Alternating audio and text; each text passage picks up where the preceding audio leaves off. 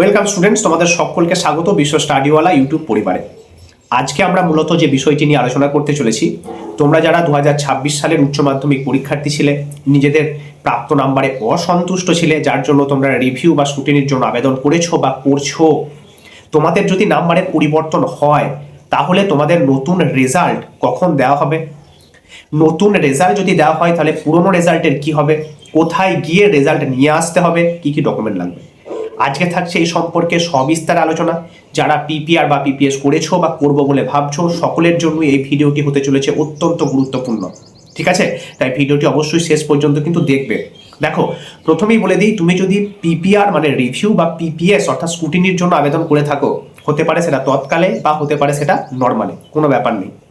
এবং তোমার নাম্বারের যদি পরিবর্তন হয়, মানে তুমি এখন যে নাম্বার পেয়েছো, রিভিউ বা স্ক্রুটিনি করার পর দেখা যাচ্ছে তোমার নাম্বার বেড়েছে বা নাম্বার কোনো কারণে হয়তো কমেছে, কমে যাওয়ার সম্ভাবনা তো খুব কম, 0.1%, কিন্তু সেই ক্ষেত্রে আমি বলে রাখছি, যদি নাম্বার বাড়ে বা কমে তাহলে সেই ক্ষেত্রে কি করতে হবে?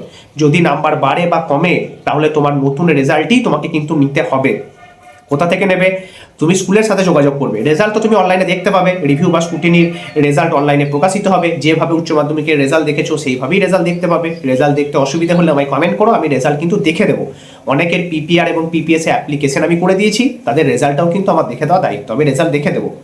রেজাল্ট দেখার পর যদি দেখা যায় তোমার নাম্বারের পরিবর্তন হয়েছে, তাহলে তোমাকে সরাসরি স্কুলে গিয়ে যোগাযোগ করতে হবে যে স্যার আমার নাম্বার বেড়েছে বা আমার নাম্বার কমেছে, তাহলে আমার নতুন রেজাল্টটি আনিয়ে দিন।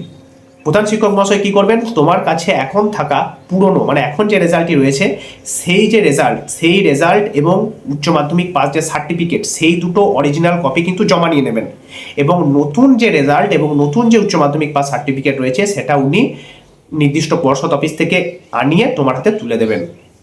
ক্লিয়ার? আর শিক্ষক মহাশয় যদি বলেন যে আমরা এই দায় নিতে পারবো না, তাহলে সেই ক্ষেত্রে তুমি তোমার যে রিজিওনাল অফিস, সেই রিজিওনাল অফিসে চলে যাবে, মানে পর্ষদের যে অফিস রয়েছে সেই অফিসে যাবে।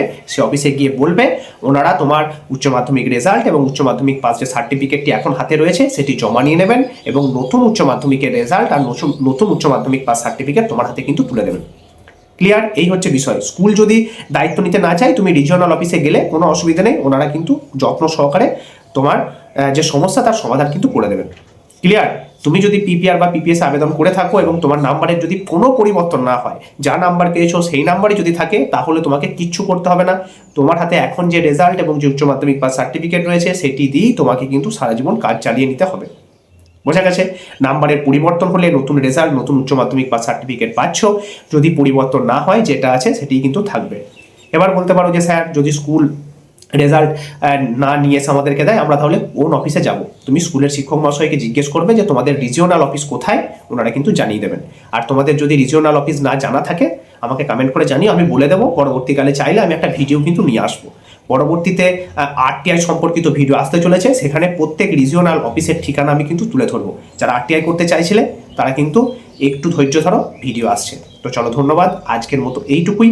দেখা হচ্ছে পরবর্তীকালে নতুন নতুন তথ্য এবং আপডেটের সাথে।